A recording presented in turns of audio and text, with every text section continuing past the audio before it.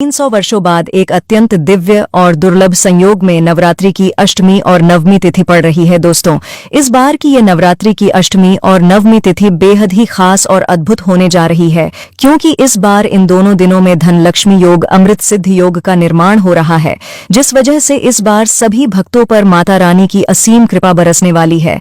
दोस्तों, आज की इस वीडियो में हम आपको बताएंगे कि शारदीय नवरात्रि साल 2024 में अष्टमी और नवमी कब पड़ेगी और कन्या पूजन और हवन का समय क्या होगा और नवरात्रि व्रत का पारण कब होगा। इसके अलावा विसर्जन आपको किस दिन करना है और वह कौन सी 6 राशियां हैं जिनकी अष्टमी और नवमी नवरात्रि से किस्मत चमकने वाली है, और वह कौन से उपाय हैं जिनको करने से मां दुर्गा आपके सभी दुख, दर्द और कष्ट दूर कर देंगी, और कन्या पूजन में ऐसी कौन सी बातें हैं जिनका आपको ध्यान रखना चाहिए, नहीं तो मां दुर्गा आपसे नाराज हो सकती है। इन सभी बातों की सही, सटीक और संपूर्ण जानकारी आज की इस वीडियो में हम आपको विस्तार से बताएंगे, इसलिए वीडियो को आखिर तक जरूर देखें। और दोस्तों, अगर आप भी अपने जीवन में माता रानी की कृपा पाना चाहते हैं तो वीडियो को लाइक करें और कमेंट बॉक्स में जय माता दी लिखना ना भूले। दोस्तों, 12 अक्टूबर शनिवार के दिन शारदीय नवरात्रि का समापन होगा। दोस्तों, नवरात्रि में अष्टमी और नवमी तिथि सबसे खास मानी गई है।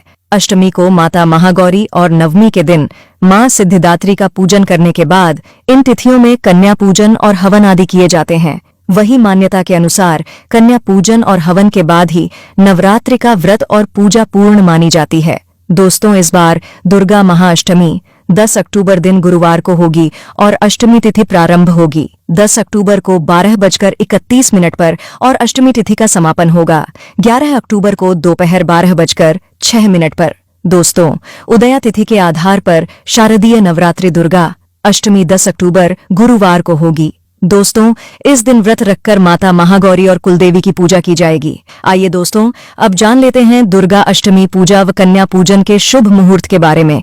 दोस्तों, सुबह का मुहूर्त होगा सुबह 7:51 से सुबह 10:41 तक दोपहर का मुहूर्त होगा। दोपहर 1:30 से दोपहर 2:55 तक शाम का मुहूर्त होगा। शाम 5:45 से रात 8:55 तक संध्या काल मुहूर्त होगा। रात 7:35 से रात 8:22 तक। दोस्तों, अष्टमी के दिन ये सभी मुहूर्त सर्वश्रेष्ठ मुहूर्त है। इनमें से किसी भी मुहूर्त में आप कन्या पूजन कर सकते हैं। आइए अब जान लेते हैं दुर्गा महानवमी कब है। दोस्तों, दुर्गा महानवमी 11 अक्टूबर दिन शुक्रवार को मनाई जाएगी। नवमी तिथि प्रारंभ होगी 11 अक्टूबर को 12:06 पर नवमी तिथि समाप्त होगी 12 अक्टूबर की सुबह 10:44 पर। दोस्तों, उदया तिथि के आधार पर शारदीय नवरात्रि दुर्गा महानवमी 11 अक्टूबर शुक्रवार को होगी। इस दिन व्रत रखकर माता सिद्धिदात्री की पूजा की जाएगी। दोस्तों, अब जान लेते हैं नवमी कन्या पूजन मुहूर्त के बारे में। दोस्तों, सुबह का मुहूर्त होगा सुबह 6:27 से सुबह 7:51 तक दोपहर का मुहूर्त होगा। दोपहर 1:30 से दोपहर 2:55 तक शाम का मुहूर्त होगा। शाम 4:19 से रात 7:19 तक। आइए अब जानते हैं कन्या पूजन विधि। दोस्तों, महाअष्टमी और महानवमी जिस दिन भी आप कन्या पूजन करना चाहते हैं, सर्वप्रथम मां दुर्गा की आराधना करें। अब इसके बाद 9 कन्याओं और 1 बालक को बटुक के रूप में घर बुलाकर उन्हें आसन पर बिठाएं और स्वच्छ जल से कन्याओं के पैर धुलाएं। अब उनका तिलक करें और फिर भोजन करवाएं। भोजन में कन्याओं को हलवा, चना और पूरी का भोग लगाएं। कन्याओं को भोग लगाने के बाद उन्हें दक्षिणा दें और उनके पैर छूकर आशीर्वाद लें और स्वयं भी प्रसाद खाकर व्रत का पारण करना चाहिए। आइए अब जान लेते हैं कलश विसर्जन विधि के बारे में। दोस्तों, शास्त्रों के अनुसार कलश का जल और कलश में ढाली जाने वाली चीजें जैसे सिक्का, अक्षत, सुपारी, हल्दी की गांठ, दुब, आम या अशोक के पत्ते सुख, समृद्धि और जीवन में पॉजिटिव एनर्जी लाते हैं। अष्टमी या नवमी आप जब भी कन्या पूजन करें, कन्या पूजन के बाद मां भगवती का ध्यान और ओम श्रीं श्रीं क्लीं हन का जाप करते हुए मंदिर में स्थापित कलश को दोनों हाथों से सम्मानपूर्वक उठाए और कलश से थोड़ा जल हाथ में लेकर घर के चारों कोनों या दिशाओं में अच्छी तरह से झड़क ले। दोस्तों, क्योंकि कलश के जल में सभी देवी देवताओं का आशीर्वाद होता है जो आपको सुख समृद्धि प्रदान करता है। इसके बाद बचे हुए जल, कलावा, अक्षत, आम के पत्ते धूप आदि को तुलसी के पौधे या अन्य हरे पेड़ पौधे को अर्पित कर दें दोस्तों। कलश में ढली सुपारी, सिक्का, हल्दी को धन रखने के स्थान पर रख दें। इससे आपको मां लक्ष्मी जी का आशीर्वाद और सौभाग्य की प्राप्ति होगी। शास्त्रों के अनुसार नारियल पुण्य प्रतापी कहा जाता है, इसलिए इसके विधि विधान का खास ख्याल रखें। आइए अब जान लेते हैं नवरात्रि पारण और दुर्गा विसर्जन मुहूर्त के बारे में। दोस्तों, 2024 में शारदीय नवरात्रि व्रत का पारण 12 अक्टूबर दिन शनिवार को 10वीं तिथि के दिन किया जाएगा। शास्त्रों के अनुसार पारण 12 अक्टूबर के दिन शनिवार को सुबह 10:58 के बाद किया जाएगा। दोस्तों, नवरात्रि का व्रत प्रतिपदा तिथि से नवमी तिथि तक करना सर्वश्रेष्ठ माना गया है। दुर्गा विसर्जन मुहूर्त 12 अक्टूबर को दोपहर 1:17 से दोपहर 3:35 तक का रहेगा। तो दोस्तों, आइए अब जानते हैं वह कौन सी राशियां हैं जिनकी किस्मत इस अष्टमी और नवमी नवरात्रि से चमकने वाली है। तो इस नवरात्रि पर लाभान्वित होने वाली पहली खुशकिस्मत राशि है मेष राशि। मेष वालों के लिए अचानक से धन लाभ के योग इस शुभ अवसर पर बन रहे हैं। किसी खास व्यक्ति से मुलाकात होने पर आपको लाभ होगा। पुरानी चली आ रही समस्याओं से इस समय छुटकारा मिलेगा। नौकरी पेशा जातकों को नौकरी में अच्छे परिणाम की प्राप्ति होगी, जिससे आपका रुतबा बढ़ेगा। पहले सोचे हुए कार्य बन सकेंगे। अटके हुए कार्य पूर्णता की ओर चल पड़ेंगे। कार्य क्षेत्र और व्यापार में भाग्य का साथ मिलेगा। नई जिम्मेदारियां मिल सकती हैं। जबरदस्त धन प्राप्ति के योग हैं। लखपति करोड़पति बनना आपका भाग्य में लिखा है, लेकिन आमदनी बढ़ेगी तो खर्चे में भी अधिकता हो सकती है, तो खर्चे पर नियंत्रण रखें। महत्वपूर्ण मामलों में किसी निर्णय तक पहुंचने से पहले किसी अनुभवी से सलाह मशवरा ले लें। व्यापार में अभूतपूर्व लाभ मिलने के संकेत है। इसमें मित्रों और रिश्तेदारों का सहयोग मिलेगा। मेष राशि के स्वामी मंगल हैं, इसलिए इस राशि के लोगों को कन्या पूजन करते समय लाल रंग के वस्त्र धारण करने चाहिए। कन्या पूजन में कन्याओं के पैरों में लाल आलता लगाकर उन्हें माथे पर रोली का टीका लगाए और उपहार में उन्हें पढ़ाई से संबंधित चीजें भेंट करें। अगर आप कन्याओं को लाल रंग की चीजें देंगे तो आपके लिए अत्यंत लाभप्रद हो सकता है। इस पर्व पर लाल रंग के फूल मां दुर्गा पर चढ़ाए। इनमें गुड़हल, गुलाब, लाल कमल अथवा किसी भी तरह के लाल फूलों से पूजा करके मां भगवती को प्रसन्न कर राशि स्वामी मंगल को प्रसन्न किया जा सकता है। साथ ही दुर्गा सप्तशती का पाठ अवश्य करें। आपको धनवान होने से कोई नहीं रोक पाएगा। वाहन चलाते समय सावधानी बरते हैं। इस पर्व की अगली भाग्यशाली राशि है वृषभ राशि। इस बार मां दुर्गा वृषभ राशि के जातकों पर विशेष कृपा रखने वाली होगी। मां दुर्गा का आगमन वृषभ राशि वालों के लिए बहुत ही शुभ फलदायी होने वाला है। अच्छी सफलता मिलने के योग हैं। धन लाभ के बेहतरीन मौके की तलाश अब पूरी होगी। आप इस दौरान जिस भी कार्य में हाथ डालेंगे उसमें अच्छी सफलता हासिल करेंगे। भाग्य का अच्छा साथ मिलने के कारण आपकी हर एक इच्छा जल्द से जल्द पूरी होगी। धन आगमन के मार्ग प्रशस्त होंगे। आर्थिक स्थिति में सकारात्मक सुधार होगा। जैसे कि कहते हैं ना, पैसों में खेलेंगे। कार्य क्षेत्र और व्यापार में वातावरण पूर्णतया आपके अनुकूल रहेगा। दाम्पत्य जीवन में खुशहाली आएगी। इस अवधि में विद्यार्थियों को परीक्षा में सफलता मिलेगी। नौकरी पेशा जातकों के प्रमोशन की संभावना है। किसी भी कार्य में हाथ डालने से पहले मां दुर्गा का ध्यान करें। लाभ अवश्य होगा।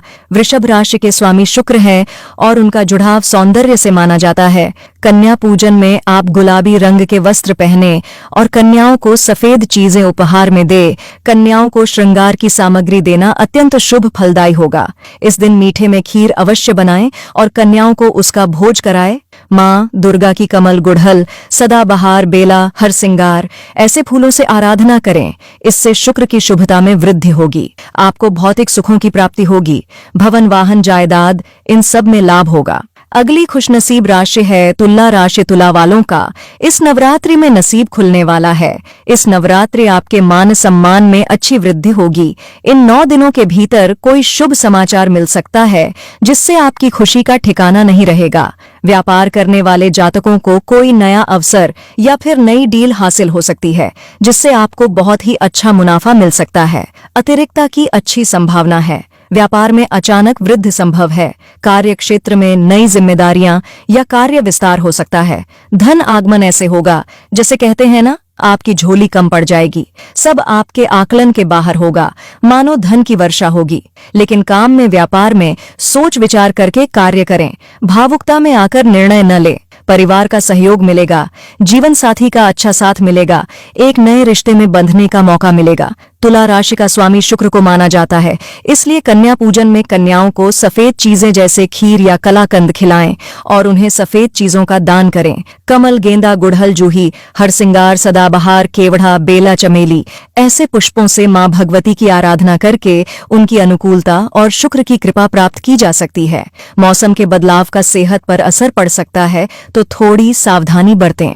अब अगली खुशनसीब राशि है कुंभ राशि। कुंभ वालों के लिए पिछला कुछ समय भले ही परेशानियों से भरा क्यों न रहा हो, लेकिन शारदीय नवरात्रि से समय आपके अनुकूल होने लगेगा।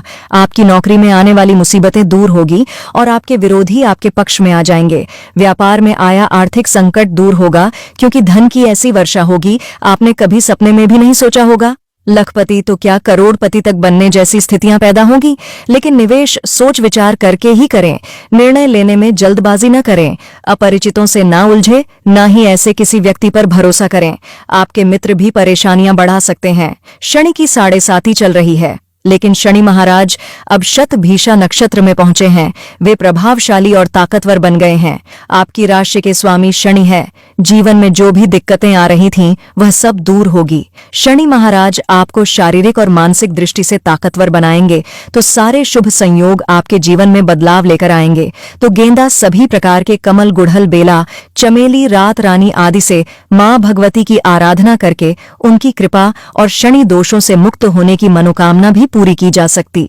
कुंभ राशि के लोग अगर किसी एक कन्या को यथाशक्ति सोने की कोई छोटी मोटी वस्तु दान में देती है, तो यह आपके लिए अत्यंत शुभ कारक होगा।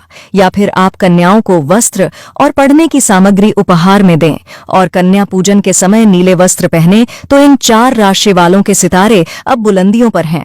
इन्हें धनवान बनने से कोई रोक नहीं सकता, लेकिन इसका मतलब यह नहीं है कि बाकी 8 राशि वालों के लिए यह समय ठीक नहीं है।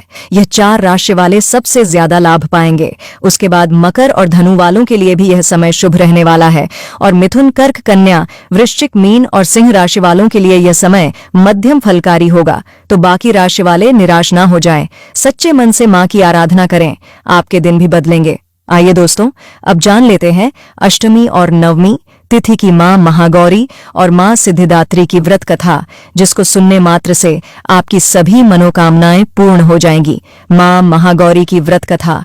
पहली कथा। पौराणिक कथाओं के अनुसार भगवान शिव को पति के रूप में पाने के लिए मां पार्वती ने कठिन तपस्या की थी। हजारों वर्षों तक माता ने अन्न जल ग्रहण नहीं किया था, जिससे माता का शरीर काला पड़ गया था। माता की तपस्या से प्रसन्न होकर भोलेनाथ ने उन्हें स्वीकार किया और माता के शरीर को गंगा जल से धोकर अत्यंत कांतिमय बना दिया। माता का स्वरूप गौरव वर्ण हो गया, जिसके बाद माता पार्वती के इस स्वरूप को महागौरी कहा गया है। माता के इस स्वरूप की विधिवत पूजा अर्चना करने से सौंदर्य की प्राप्ति होती है तथा घर में सुख समृद्धि का वास होता है। दूसरी कथा। वहीं माता के इस स्वरूप को लेकर एक और पौराणिक कथा काफी प्रचलित है। काल रात्रि के रूप में सभी राक्षसों का वध करने के बाद भोलेनाथ ने देवी पार्वती को काली कहकर चिढ़ाया था। माता ने उत्तेजित होकर अपनी त्वचा को पाने के लिए कई दिनों तक ब्रह्मा जी की कड़ी तपस्या की। ब्रह्मा जी ने तपस्या से प्रसन्न होकर मां पार्वती को साक्षात दर्शन दिया और हिमालय के मानसरोवर में स्नान करने के लिए कहा। ब्रह्मा जी की सलाह पर मां पार्वती ने मानसरोवर में स्नान किया। स्नान करते ही माता का शरीर दूध की तरह सफेद हो गया। माता के इस स्वरूप को महागौरी कहा गया। तो दोस्तों, ये थी मां महागौरी की कथा। अब आपको सुनाते हैं मां सिद्धिदात्री की व्रत कथा। एक पौराणिक कथा के अनुसार भगवान शिव ने मां सिद्धिदात्री की कठोर तपस्या कर 8 सिद्धियों को प्राप्त किया था। साथ ही मां सिद्धिदात्री की कृपा ने भगवान शिव का आधा शरीर देवी हो गया था और वह अर्धनारीश्वर कहलाए। मां दुर्गा का यह अत्यंत शक्तिशाली स्वरूप है। शास्त्रों के अनुसार देवी दुर्गा का यह स्वरूप सभी देवी देवताओं के तेज से प्रकट हुआ है। कहते हैं कि दैत्य महिषासुर के अत्याचारों से परेशान होकर सभी देवता गणम भगवान शिव और प्रभु विष्णु के पास गुहार लगाने गए थे। तब वहां मौजूद सभी देवता गण से एक तेज उत्पन्न हुआ। उस तेज से एक दिव्य शक्ति का निर्माण हुआ जिन्हें मां सिद्धिदात्री के नाम से जाते हैं। पौराणिक मान्यता के अनुसार मां सिद्धिदात्री के पास अणिमा महिमा, गरिमा लघिमा प्राप्ति, प्राकाम्य, ईशित्व और वशित्व सिद्धियां हैं। माता रानी अपने भक्तों को सभी 8 सिद्धियों से पूर्ण करती हैं। मां सिद्धिदात्री को जामुनी या बैंगनी रंग अति प्रिय है। ऐसे में भक्त को नवमी के दिन इसी रंग के वस्त्र धारण कर मां सिद्धिदात्री की पूजा अर्चना करनी चाहिए। मान्यता है कि ऐसा करने से माता की हमेशा कृपा बनी रहती है। तो दोस्तों, इस तरह से शारदीय नवरात्रि की संपूर्ण जानकारी समाप्त होती है। तो एक बार दिल से कहे जय माता दी। आशा करते हैं आपको हमारे द्वारा दी गई जानकारी अच्छी लगी होगी। तो दोस्तों, आपको हमारी वीडियो कैसी लगी हमें कमेंट में जरूर बताइएगा।